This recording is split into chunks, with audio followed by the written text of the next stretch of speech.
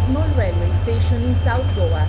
The train on the second platform comes in unannounced. It's 56 wagons long. Once it has come to a halt, it sits for half an hour, cutting the village in two.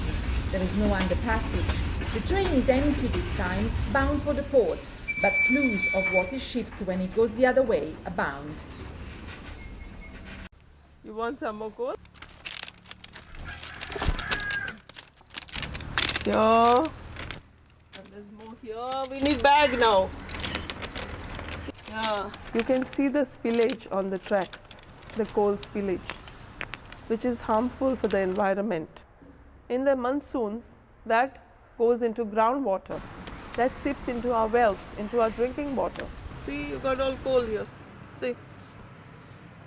Ella Mascarenas lives just near these tracks, which, in the master plan for the Goa Coal Corridor, are going to be electrified and doubled. She's worried that the damage of the passing coal will only be greater. Because my son used to continuously cough, and I took him to several doctors. They did several tests. He had to take the nebulizer. He was also put on steroids. But due to his education, we had to move to the city, and within a month my son was fine. The people of Goa, all along the coastline from Marmagoa to Kule, are suffering.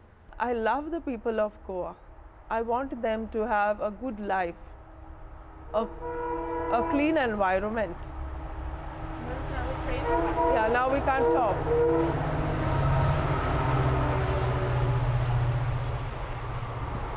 As much as 3 coal trains per hour inflict a toll on the houses along the line, many of which will be teared down when the tracks are doubled.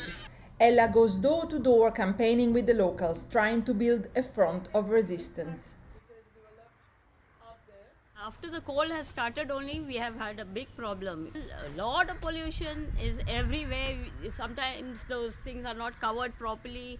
And the coal dust is all over. Then you have bronchial problems, you have many chest ailments. In future, it will be worse. And we cannot sleep. We get up with jerks. We are disturbed. The coal journey starts here in the port of Mormugao, 5 million tons per year, destined to become 51 million tons in 15 years, according to the blueprint. Jindal, Adani, Vedanta are the big three, importing almost all the coal destined to the power and steel plants in Maharashtra and Karnataka. Okay. I'm a 40-year-old and I've been born and brought up in Vasco. Now even I have started containing a breathing problem, like getting a chest pain here in middle, which I've told doctor, but doctor says it may be due to the pollution. If you touch my windows, you can see the black here. So this is the example. It seems to be a very simple thing. I breathe coal, eat coal and sleep coal now. That is only what is happening. We are in Mollem, the green heart of Goa, gathering here before the last uphill leg of their journeys. The coal trains tear apart wildlife sanctuaries and national parks. Each wagon loses 300 kilos of coal along a typical 500 kilometers journey. About 10% of the coal is transported by road. This is the main route, now a procession of trucks. It's destined to become a 4-lane highway. Nearly 50,000 trees are being sacrificed for the project, which includes a new high-power transmission line. Here, for instance, a high-voltage substation is being built. Ancient tribes still living here with and off the forest are on the front line of this suffering. We basically come from tribal community.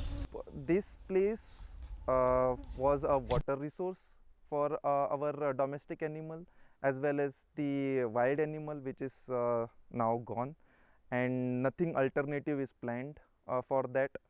And also we are worried that once the water resource for wild animal is gone, they will start coming into our villages. We can right now we can see the monkeys. They are always there in our village. They don't even allow us to grow banana and other stuff, so they eat.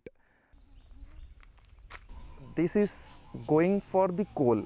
The local peoples, they are brainwashed, like they are saying that you will get an job opportunity here, you will get an electricity from this, but in reality we came to know that there is no job opportunity here, and as well as we won't get any electricity from this.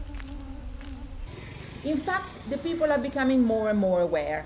All over South Goa there are banners inciting to resist, and daily protests take place, to the point that the government has slapped the Section 144 on the area, the prohibition for more than 4 people to assemble.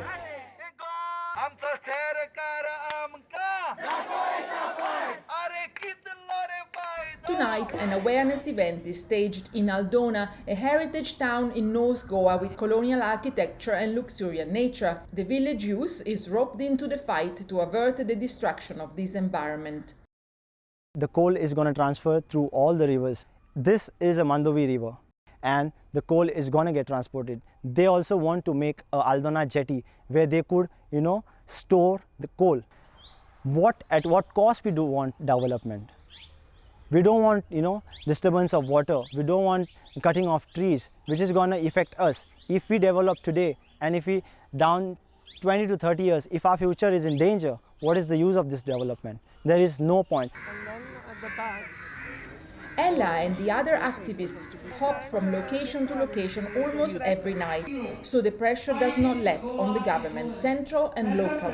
We contacted the Goan Chief Minister office but received no statement. These youths, however, demand many answers.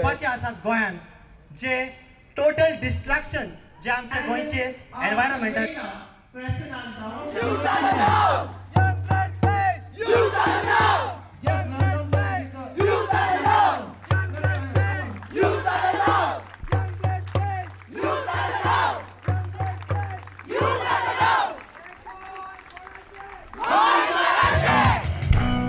ऑस्ट्रेलियाचो आपली बाप गोंयांतलो आमकां सगळ्यांक NEET करून उडयतलो ऑस्ट्रेलियाचो आपली बाप गोंयांतलो आमकां सगळ्यांक नीट करून उडयतलो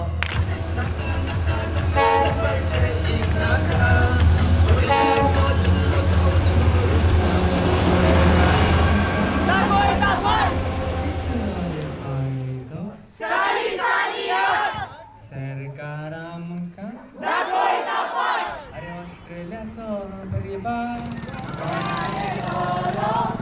आमकां सगळ्यांक दुयेंत करून उडयतलो ऑस्ट्रेलियाचो गरीबाक आमकां सगळ्यांक दुयेंत करून उडयतलो